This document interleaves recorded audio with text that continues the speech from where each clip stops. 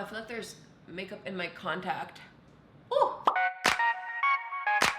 Hey everyone, it's Jaclyn. So today I thought we would do a little makeup tutorial. I wanted to really break down my steps. I've been having so much fun over on my Instagram and my TikTok doing like editorial and fun makeup looks. So today I thought I would break it down. You guys are always asking to do like a full proper tutorial. So I want to share my techniques and all of the makeup artist tips that I've learned to really create these amazing editorial makeup looks. Today's video is actually brought to you by Zero by Skin Academy. They just recently launched here in Canada and they're available at Shoppers Drug Mart. They've actually been playing around with a ton of their products actually before they even came out and launched. So I've been using it and including it as a step of my makeup routine, but I couldn't actually use it or talk about it in a video until it officially launched. So today is the day I can finally talk about it and share with you my makeup prep tips, which you guys know how I feel about skincare and having a really good base. You know, I always say when it comes to makeup, I have a makeup brush, not a magic wand, and you really can only make your skin and the base of your makeup look as good as your actual skin is. So skincare is super important, especially when it comes to makeup application. So enough talking, let's just hop right into the tutorial and let's get into step number one. Okay, so whenever I'm doing my makeup, I either like to have my hair pulled off my face, or what I like to do is use like little makeup clips if my hair is already done and just make sure that it's off the face and I have a lot of area to work with. Obviously you want to start off with freshly cleansed skin, a nice clean base, and then I always like to go in with the 0 Day Cream. Now this product I've been so obsessed with. One, I just love the packaging. It looks very, you know, natural and like the bamboo. I just love the actual aesthetic of it. You guys know how I feel about my natural, plant-based, like buttery kind of skincare products, and this is my dream moisturizer in a jar. I'm obsessed with it. So I end up taking maybe like a small pea-sized amount. You honestly don't need too much. It spreads out really nicely. Now this cream feels so nice on the skin. I kind of have combination skin, but I have very acne-prone and sensitive skin. So finding good skincare products that work for me is it's always been a bit of a journey, so it's always very noticeable when a skincare product actually does perform right and my skin loves it. So I'm just gonna start off by massaging this all over the skin. I go over the eyelids, literally every area on my face. And I feel like what a lot of people don't talk about is how having a good moisturizer actually acts as the perfect primer. It's so funny. I feel like people talk about makeup primers all the time, but it's really interesting. If you talk to really any celebrity makeup artist or pro makeup artist, a lot of the times they're just going in with a really good moisturizing base, just a really good solid moisturizer. And this Zero one is absolutely perfect, especially for a basic makeup. What I really like is that it leaves your skin feeling like nice and supple, but it's not too balmy and rich that you'll feel like the products will slip right off. It just leaves the skin super moisturized, not irritated, which is really important, and just kind of feeling soothed and ready for the first step of makeup. Now, kind of when I'm doing this step, I give myself like a little face massage as well, and especially if I was ever doing models or doing makeup on clients, this is kind of the extra little oomph you can add into the makeup routine and really just work on giving like a little mini face massage while you do it, because that actually really helps with circulation and depuffing. I actually really love, I have some like, I don't know what they're actually called. They're like frozen little ice globes that I put in the freezer, and you kind of massage those on the skin. It's really nice to even like do that on a step like this, especially if you're getting ready for like more of a very important night out. You want to go the extra mile. But really, definitely take time in the prep, adding this moisturizer on, bringing it down the neck as well. And you can see, even with like all the lights and like with this reflection, I'm not like super shiny and oily looking. It's just a nice natural finish, which I really, really like. Now I know you all will ask, and you'll be very happy to hear that Zero is 100% cruelty free. There's no animal testing, and it's derived of plant ingredients and just really, really skincare that you can feel good about, which I really, really love. Even things like their packaging, it's environmentally conscious and just all those good things that you want to be hearing. And in terms of ingredients in this moisturizer, there is some almond oil and some shea butter, so you do still get that rich moisturization. But like I said, you end up feeling nice and balanced and not too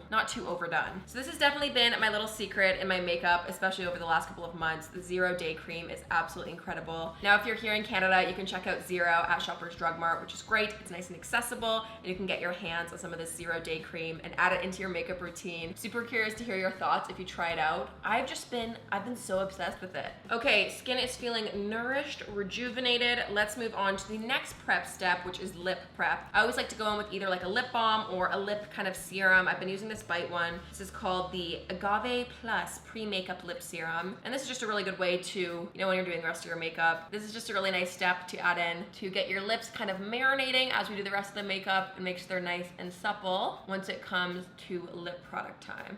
Okay, feeling prepped. Now we're gonna go in and do this kind of like forest green. I have a bunch of crazy green eyeliners here and some like eyeshadows. I wanna do a really bright, like a bright forest green, if that makes any sense. I know that's kind of like a juxtaposition because forest green is often quite dark. Maybe more of an emerald green. Maybe I am lying a little bit. I just have this vision for this like nice, bold graphic shape and just a really fun green. So I feel like the question I get a ton on a lot of my editorial makeup looks is, do you do eyes first? Do you do skin first? Like, what is the order I should be doing my makeup in? Now that's a really good question, and I do really think it is personal preference. Honestly, majority of the time, I'd say like 95% of the time, I like to do my base first and then go in with eyes after. But of course, if you know you're using a product that could potentially have a lot of fallout, or maybe you're more of a beginner with makeup and you don't have as much control, then there definitely is value in doing the eyes first because it's just much more of a safer bet and you can kind of clean up anything if anything is to fall. So today I thought I would do eyes first because we are doing quite a bold color, and I kind of want to walk you through how I do my makeup when I do eyes first. I'm going to go in with the Tarte Shape Tape Concealer.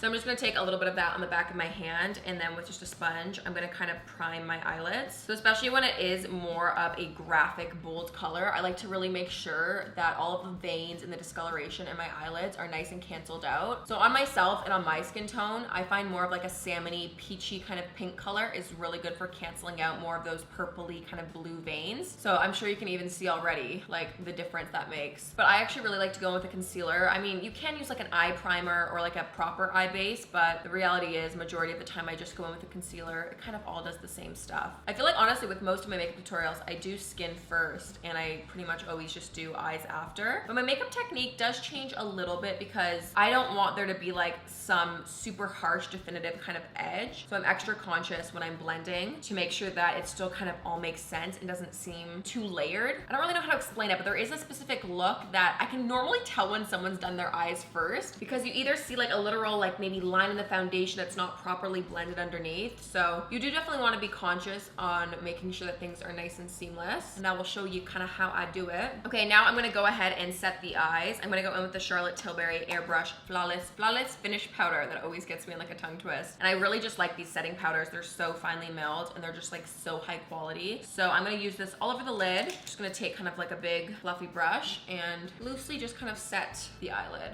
Okay, wow, we're just starting off with the fun part. I've got the crazy eyeliners here. I have a couple different ones from Charlotte, Haus Labs, Urban Decay. I think this one from Haus Labs is gonna be the move. I didn't want it to have any sparkle. I want it to be like a matte eye. I find especially with a bold, intense eye look, I love the look of a matte. I find it's very modern and just feels of the times. So this one here is the Haus Labs Identify Gel Pencil Eyeliner in the shade Grime. So I'm gonna take this and just kind of start, I always kind of start on the outer corner when I do my eye looks, and I'm gonna go, I typically like to go on my own eye shape for more of like a winged graphic shape, just because I have naturally quite big and round eyeballs. So I like to play with the shape and wing it out a little bit. Now my tip whenever you're doing an eye look is to try to not get too hyper focused on that specific area. Like always kind of pull back and take a look at the whole face. That's gonna help you make sure that it stays nice and balanced, and you know, you don't like work super hard on this super tiny little eye look and then you look back, you're like, whoa, it does not actually go with the rest of the look at all. So I'm just gonna go in with small strokes. And I'm almost kind of like stamping and pushing the product into my skin.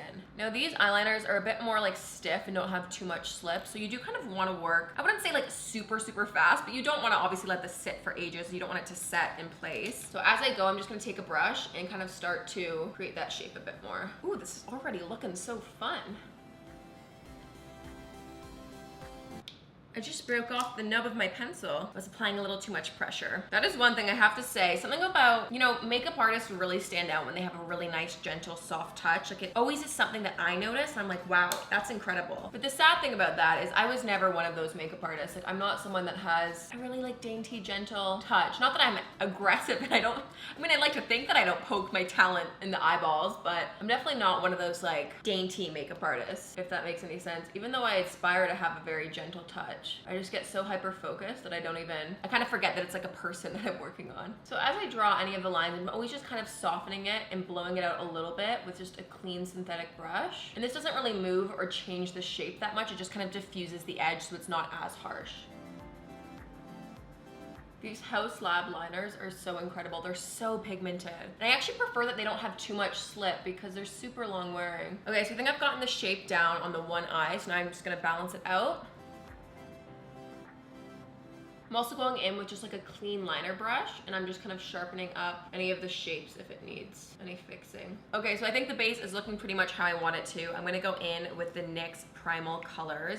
This one's here in hot green, and this one's a bit brighter of like an emeraldy kind of color, but I think it'll layer up really nicely. Now I'm gonna go in with more of like a flat shader brush, and I'm just gonna kind of stamp that product into the bristles. And I always kind of like to do this thing. I use like the lids of my products to really get the product into the brushes, and I feel like that really helps with reducing the amount of fallout. So just kind of wiggle it in your brush. I hate when you see people blow on brushes. I'm like, you're just getting all the germs from your mouth on your client's brush. It's just like not a good look. So any makeup artists out there, definitely don't do that. We're just gonna stamp that around, and now I'm gonna press this all onto the eyeshadow.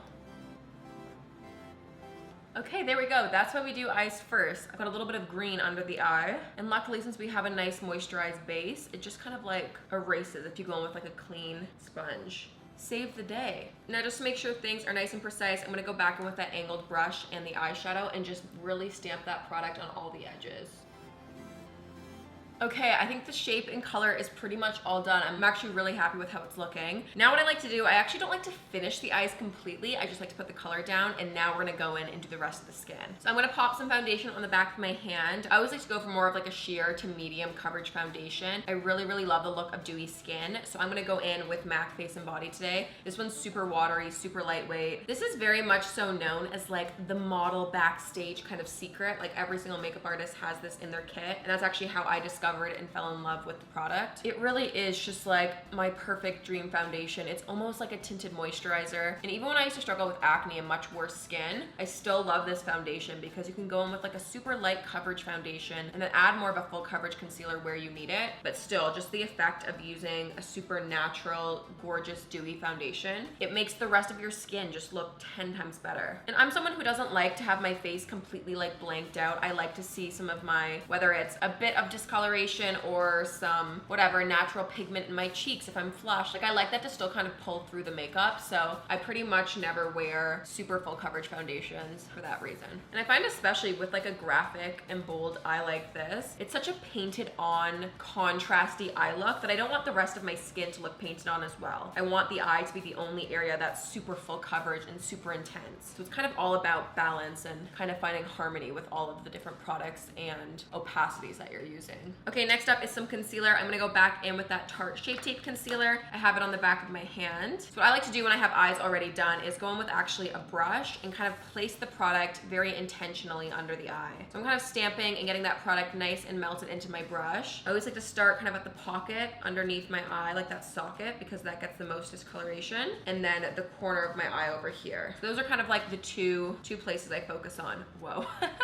I look crazy right now. There's always a point, and I say this every time, no matter what type of look that I'm doing, there is a point, I would say, when I'm like 65% done the makeup, where I'm like, oh, this does not look good. And then somehow it's always that last 5-10% of the makeup that makes it look 100% better. So especially with these more playful and fun editorial looks, don't get discouraged, just keep going. I promise you the end result will be worth it, hopefully. So I'm kind of using the control that I have with this brush to my benefit and kind of sweeping it in that upward shape that we did the eye in. And you can use this to clean up any mistakes if there is any. I feel like the line is still pretty sharp, so I'm not too worried about cleaning it up, but always just nice to know that you have that as an option. Okay, now taking whatever leftover I just have on the sponge, I'm just gonna kind of prime the sponge with that and then blend out what we just placed down. I'm also just gonna take that concealer and pop that on any little blemishes that I have on the skin. I'm just gonna buff that out with a little brush. Okay, next up, I am gonna go in with the cream bronzer, but I always like to set under my eyes because I do find that those tend to crease pretty quickly. So I'm gonna go back in with the Charlotte Tilbury powder. This one though is now in number 1 Fair, and this is more of like a pinkier, lighter tint, so I like to kind of brighten up the under eyes with this one. Looks super fair on camera. So I kind of like to tilt my head down, stamp with the Beauty Blender to make sure there's no creases, stay kind of looking in that crazy angle, and then I'm just gonna stamp the product under the eye there.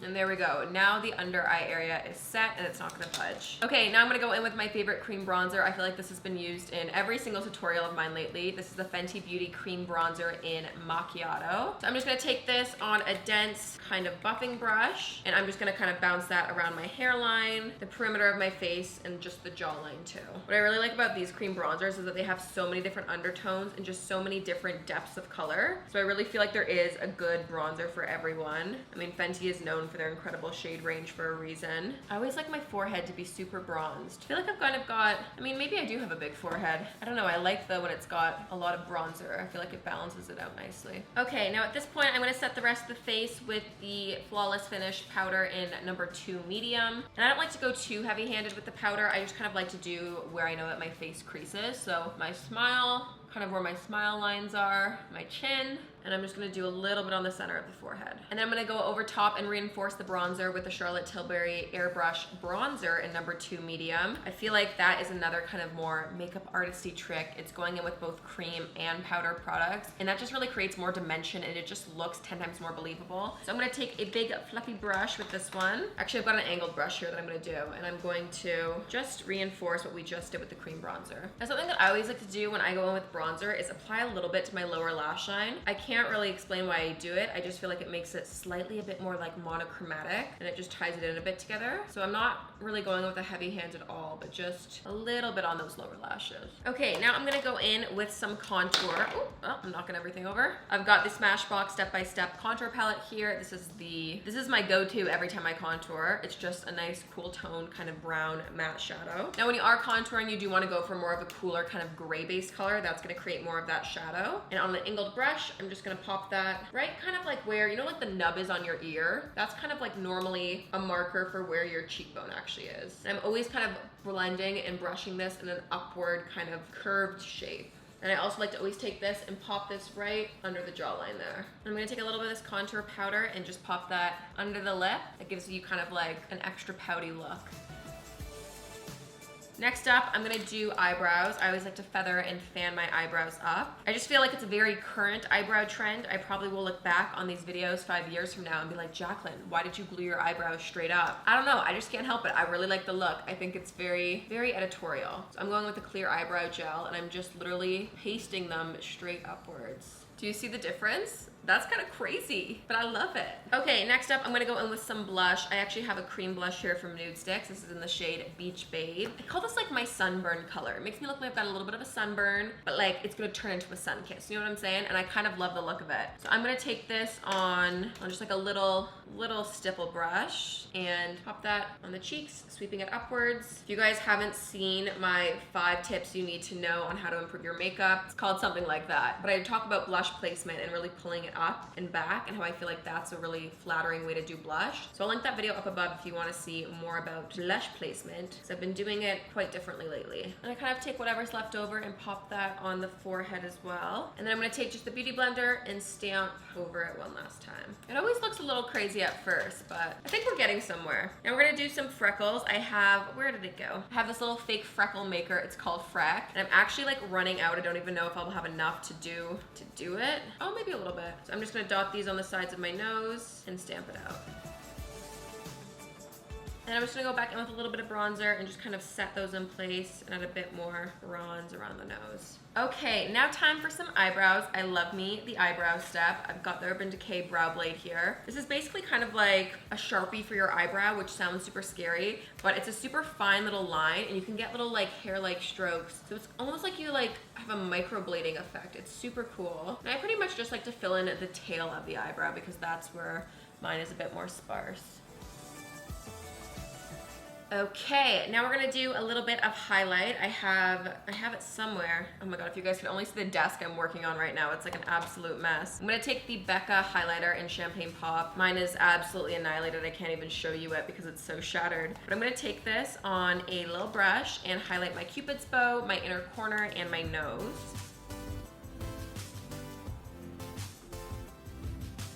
Then for the cheeks, I'm gonna highlight, oh no. I just broke my Nude Sticks highlight. That's super weird. It's like fallen out of the packaging. I use this clearly too much. This is the Nude Sticks Hey Honey. Is that what it's called? Yes, Hey Honey. And this is more like a balmy highlight. It's basically the exact same color as Champagne Pop. This is like that cream formula. So I really like the way that cream looks on my cheekbones. Whereas I find it's more long lasting with the powder on the other areas. So I just use this on the cheeks to give you that kind of dewy finish, which I love. Okay, let's finish up this eye. So I always like a little bit, like a very little bit of a shadow eyeliner, and not to really look like a liner because I don't want to interfere with this amazing shape that we've created, but to make it look like my lashes are a bit fuller. So I'm gonna go with this is actually brand new, it just arrived in the mail the other day. This is the Too Faced Pumpkin Spice Palette. You obviously, sorry, I just need to smell that for a second. It smells so good. I don't really like scented makeup products, but I have to say this palette smells incredible. I'm actually really excited. I want to do like a fun makeup look with this palette. But the only reason I brought it out actually was for more of these warm kind of brown tone colors. You don't obviously need to use this palette. Just grab whatever eyeshadow is obviously similar to that, just like a matte warm brown. You can just kind of like push that into your lash line. I just do this step because I have really horrible, short, not glamorous natural lashes, and this just makes them look a bit more full. Okay, so super subtle. Can you even see the difference? It's very, very like undetectable, but it does make a difference. Next up, we're gonna curl the lashes. I have an eyelash curler somewhere.